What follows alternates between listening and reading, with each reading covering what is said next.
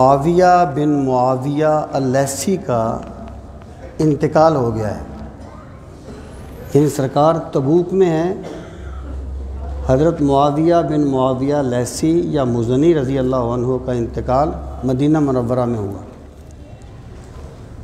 تو جبریل امین نے عرض کی، یا رسول اللہ صلی اللہ علیہ وسلم، اگر آپ پسند فرمائیں تو میں زمین کو سمیٹ کر ان کی میت آپ کے سامنے کر دوں تاکہ آپ ان کی نماز جنازہ پڑھ لیں، کیونکہ اسلام میں نماز جنازہ کے لیے میت کا سامنے ہونا شرط ہے۔ اس لیے انہوں نے عرض کی کہ اگر آپ پسند فرمائیں تو میں زمین کو سمیٹ دوں، میت آپ کے سامنے آ جائے اور آپ ان کی نماز جنازہ پڑھ لیں۔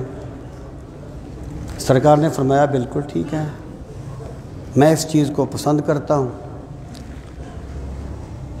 تو زمین سمیٹ دی گئی اور حضرت معاویہ بن معاویہ رضی اللہ عنہ کی میت جو ہے وہ آپ کے سامنے کر دی گئی۔ سرکار فرماتے ہیں کہ جب جنازے کے لیے صفیں باندھیں صحابہ کرام نے،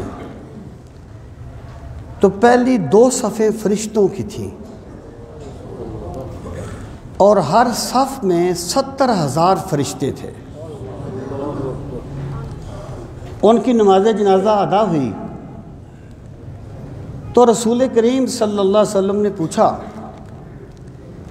کہ اے جبریل، ان کو یہ شرف کس لیے ملا؟ یعنی معاویہ بن معاویہ رضی اللہ عنہ کو بہت سے صحابی سرکار کے دیگر شہروں میں وصال فرما جاتے تھے، کبھی اس طریقے سے آپ نے ان کا جنازہ نہیں پڑھا تھا، اور کبھی جبریل نے نہیں کہا تھا کہ جی میں زمین کو سمیٹ دیتا ہوں۔ تو پوچھا ان کو جو شرف کس لیے ملا؟ انہوں نے عرض کی، یا رسول اللہ صلی اللہ علیہ وسلم، یہ سورہ قل هو اللہ سے بہت زیادہ محبت کرتے تھے۔ بے حب قل هو اللہ احد۔ اور یہ جاتے ہوئے بھی سورہ اخلاص پڑھتے تھے، آتے ہوئے بھی سورہ اخلاص پڑھتے تھے، کھڑے بھی سورہ اخلاص پڑھتے تھے، بیٹھے بھی سورہ اخلاص پڑھتے تھے، اور چلتے بھی سورہ اخلاص پڑھتے تھے، اور لیٹے بھی سورہ اخلاص پڑھتے تھے۔ اچھا، یہ اس کی ذرا آپ طے میں جائیں، یہ کیا چیز کیا ہے؟ چیز یہ ہے کہ جو بندے شعر و ادب سے کوئی دلچسپی رکھتے ہیں وہ اس بات کو بخوبی سمجھتے ہیں کہ کبھی کبھی کوئی شعر بندے کو بہت اچھا لگتا ہے اور بندہ اسے گنگناتا رہتا ہے، اور کتنا گنگنا لے گا، 2 دن 3 دن 4 دن، اس کے بعد کوئی اور شعر آ جائے گا۔ انسان کے کلام میں یہ کمی ہے کہ اس کی حلاوت جلدی ختم ہو جاتی ہے، لیکن اللہ کے کلام کی شان یہ ہے اسے جتنا زیادہ پڑھا جائے اس کی محبت اتنی زیادہ بڑھتی جاتی ہے۔